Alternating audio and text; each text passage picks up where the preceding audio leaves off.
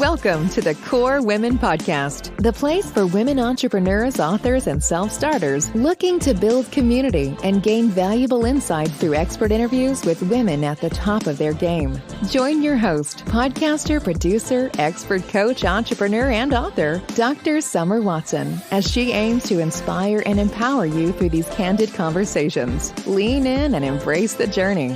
It's time to start the show. Here's your host, Dr. Summer Watson. Today on the show, I'd like to welcome Tammy G. Barlette. She is a Minnesota native who grew up with a heart to serve her country. At the University of Minnesota, she joined Air Force ROTC, and this is where her love for aviation started. Tammy completed specialized undergraduate pilot training in April of 2000 for the Air Force, where she flew the T-37 and T-38 and moved on to fly the A-10 Warthog.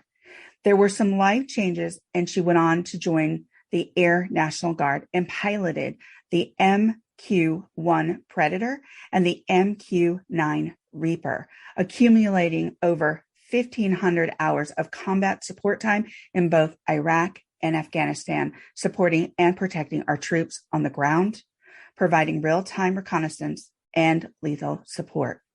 She has over 3,000 hours of flying time, has a master's in Christian ministry. She is a wife, a mom, and also runs an organization called Athena's Voice. Wow. Just wow.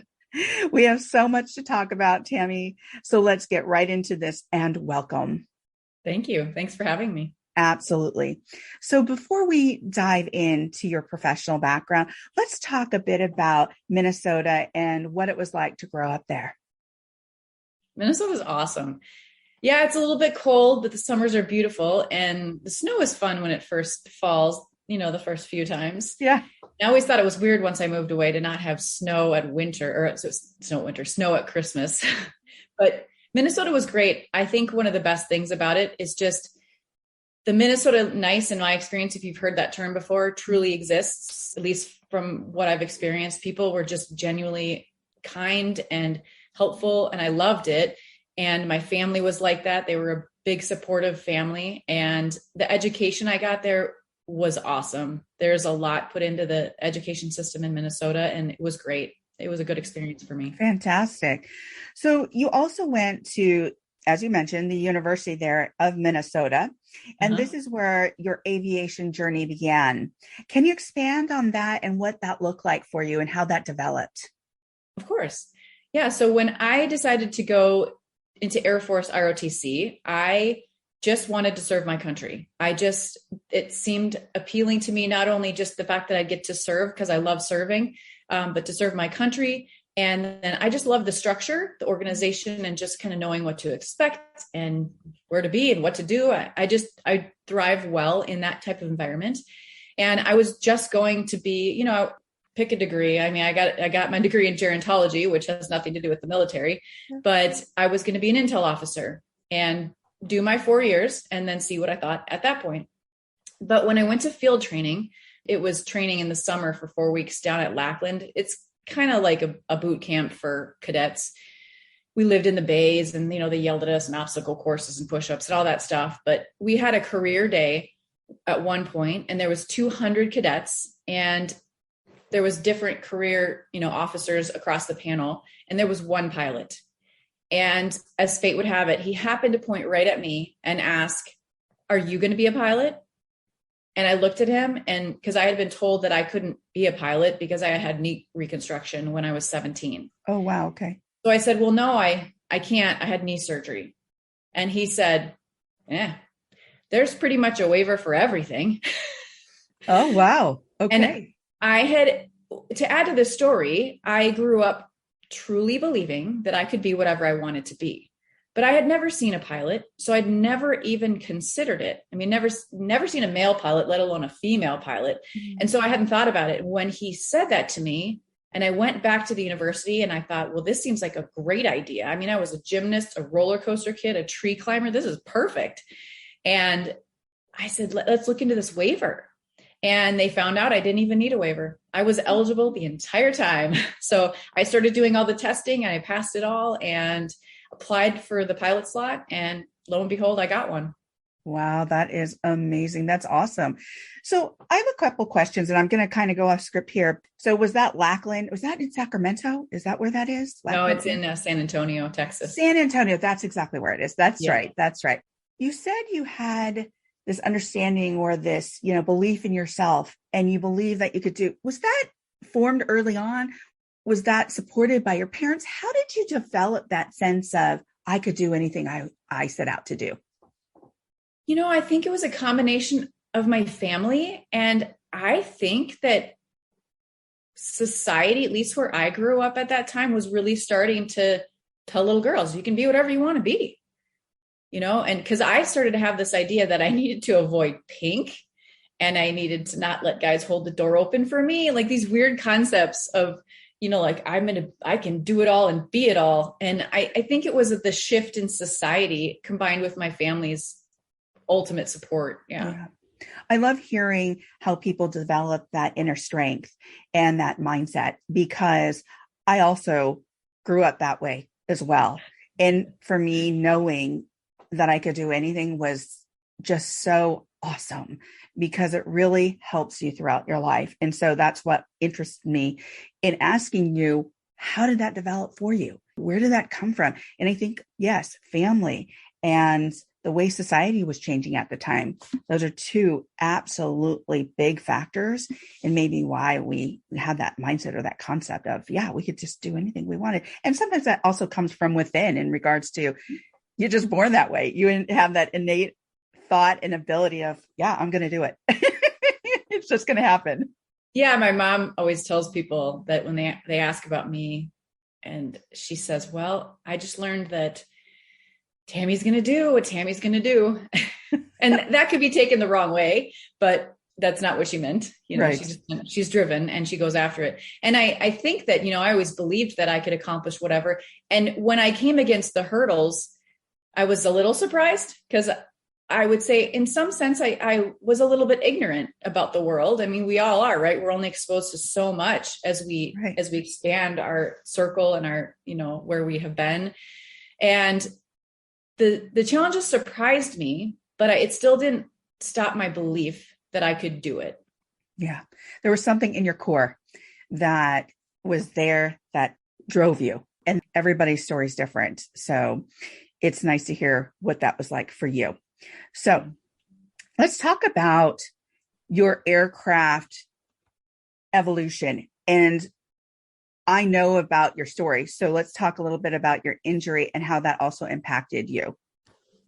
Right. So my first assignment, I was an instructor pilot in the T-37, which is a low wing aerobatic formation, G pulling. It pulls up to 6 Gs, little jet, and we spin in it and, all sorts of things. And it was great. It was super fun. But my next assignment was going to be going off to fly fighter jets, specifically the A-10. And a couple months before I was about to leave, I was flying with another instructor pilot in formation with 2 instructor pilots in the other jet, because these jets had 2 seats. So there was 4 of us and 2 aircraft. We're flying formation. The other pilot in my aircraft was flying at the time. I was looking up through the bubble canopy at the other aircraft, and he went from 1 G right to 6 in an instant. And I didn't know he was going to do it. And so my head was already up, and it really kind of racked me. And I was like, whoa, that did not feel good. And I was pretty upset about it, because I knew I was about to leave to go fly an aircraft that pulls even more G, more intense. And I just had I pulled myself off the schedule. I had the ability to do that at the position I was in, and I didn't go to the flight dock, because as pilots, especially someone who's about to change aircraft and do new training, the last thing I wanted to do was be grounded. And so I just kind of took care of it on my own. And I figured I just pulled something. When I got to Intro to Fighter Fundamentals, which is a very intense fighter weed out program, basically where they're trying to weed out who we don't want to send on to fly the actual fighters. We need to weed them out in this trainer jet. So during that program, I went to a chiropractor and got through. Same thing with A-10 training. Then when I went to Korea, there's no chiropractors over there. And so a couple of times I woke up and my neck was just pretty much locked. And I remember one morning I did fly. I remember barely being able to look down at my knee to see what my takeoff time was on the card I had on the strap to my knee. I thought, this is dangerous. Like, I can't do this. And I went and got an MRI, and that's when they found that the disc was pushing up against my spinal cord. And when I got back to the States after my year in Korea, I had cervical spine reconstruction, and they found the disc was in pieces. So they fused those two pieces together. And I could have gotten a waiver and gone back to the A-10, but it was really complicated. I was going to go back to full training. I was about to get engaged and get married. So I was actually recruited by an unmanned platform, the MQ-1, the guard unit. They were just standing up here in Tucson, and they said, can you come join our squadron? They've recently put weapons on this aircraft, and we don't know how to. A lot of the people flying them had never flown with weapons before, and flying the A-10 in close air support, I was very familiar with how that worked and how you operate with it. And so they brought me on board, and I felt like it was a really great place for me, despite the fact that I never thought I would fly unmanned planes. You take your opportunities as they come, and you do the absolute best with them, and you do the best you can with them. And it turned out to be a great opportunity for me where I made a significant impact.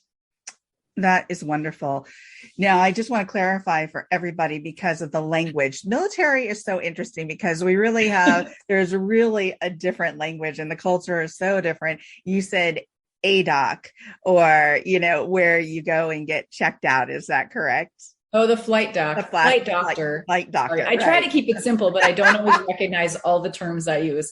Yeah, the flight doctor, he takes care of the pilots, or she takes care of the pilots. Right. I didn't go see them when I hurt my neck. Yes. Yeah. And so, with military too, it's funny because you're always thinking, how is this going to impact my career?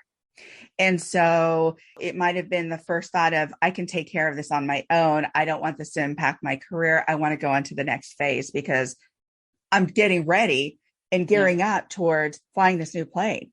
So here you are, and you're trying to, kind of juggle this on your own. So that is very interesting, and that evolution and where that took you. So that took you, as you said, to joining the Air National Guard and piloting the MQ-1 Predator and the MQ-9 Reaper, accumulating over 1,500 hours of combat support time in both Iraq and Afghanistan. Can you tell us a little bit about this experience for you? Yeah, it was pretty incredible, actually.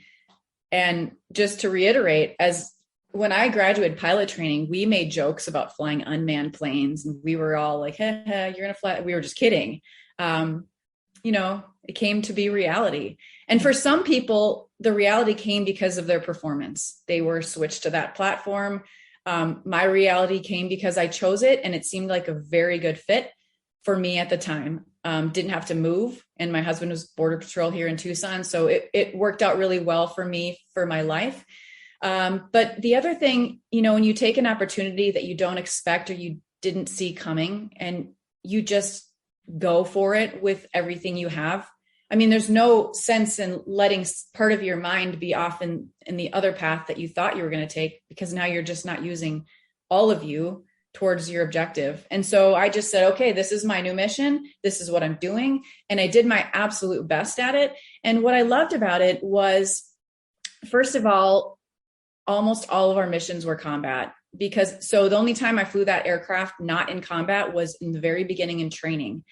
Once I was actually checked out in the aircraft, even though there's still more training to be done, all of our training was done in combat when there was kind of slow times or down times. So I would be sitting, I initially started flying out of Nellis because Tucson didn't have a control station to fly the planes from. So I was flying out of Nellis, operating aircraft via satellite that were in Iraq or Afghanistan. And eventually we had stations that stood up at Tucson.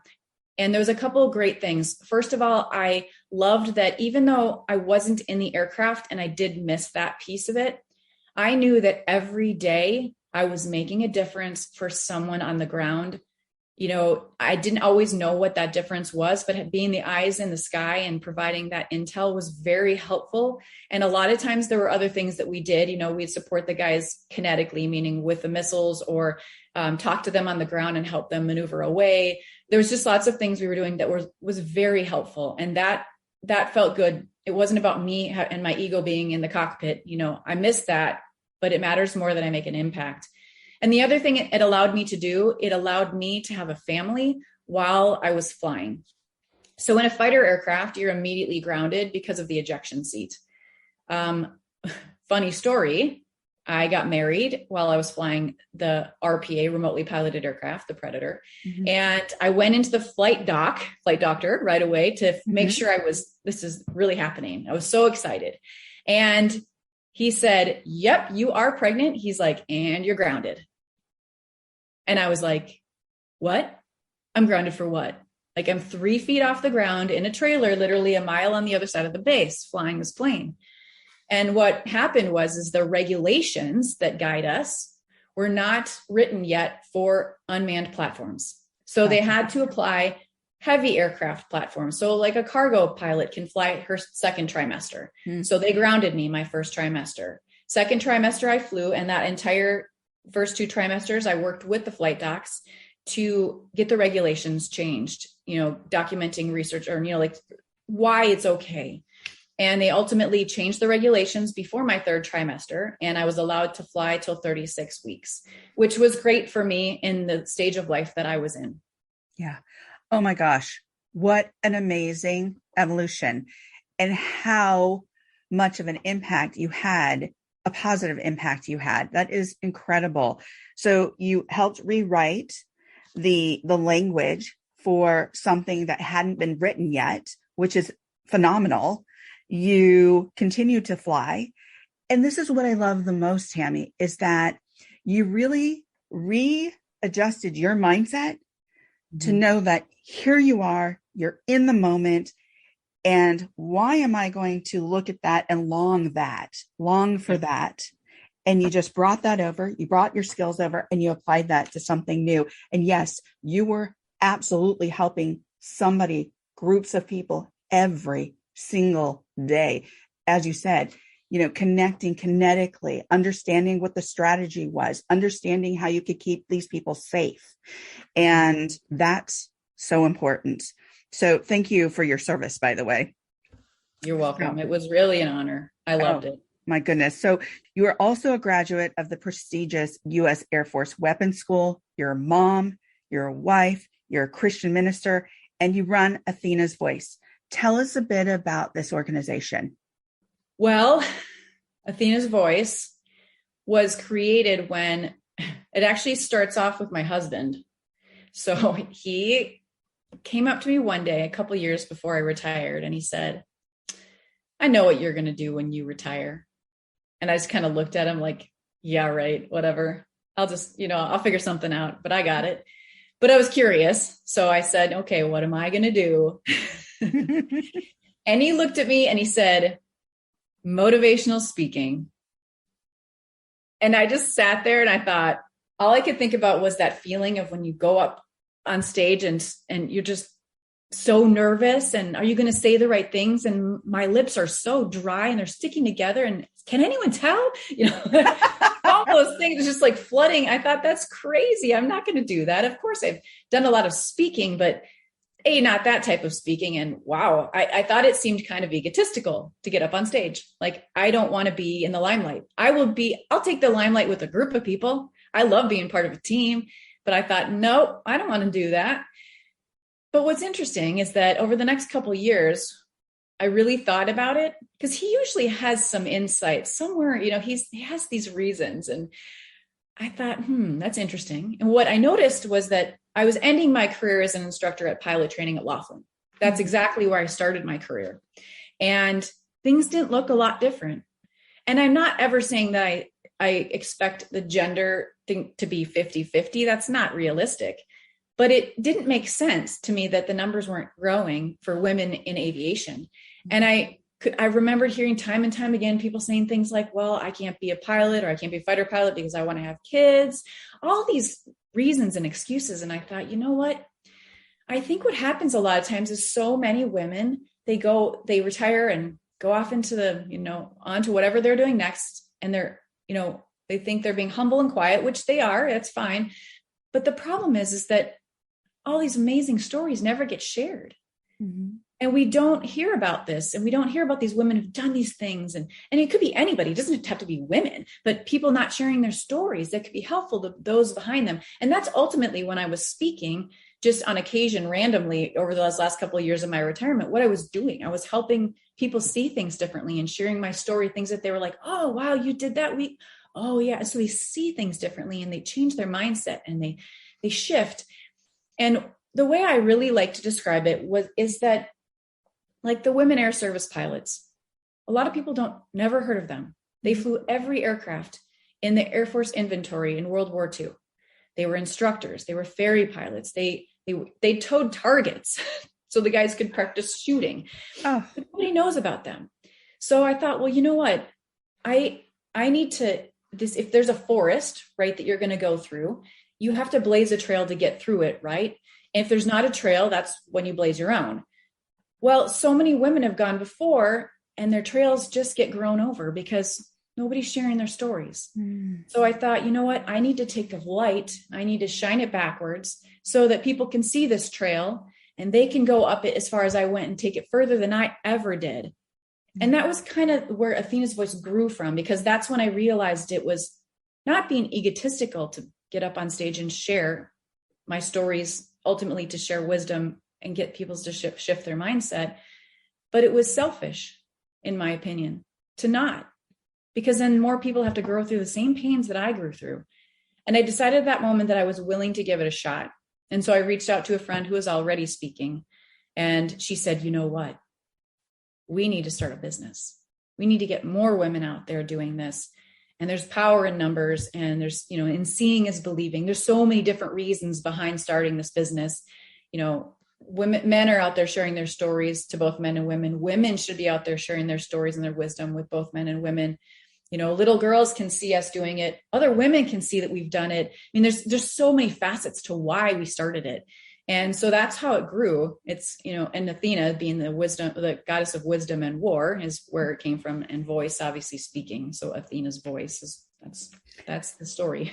Okay. Well, I love this because it leads directly into my next question. Okay. It's so not random, actually, but it's fantastic. So we have covered so much. You have really spoken about and to your evolution, what it was like to be a pilot, what it was like to be an unmanned pilot, what it was like to do all the things you've done. So this last question is, if you could leave the listeners with some words of wisdom, what would they be?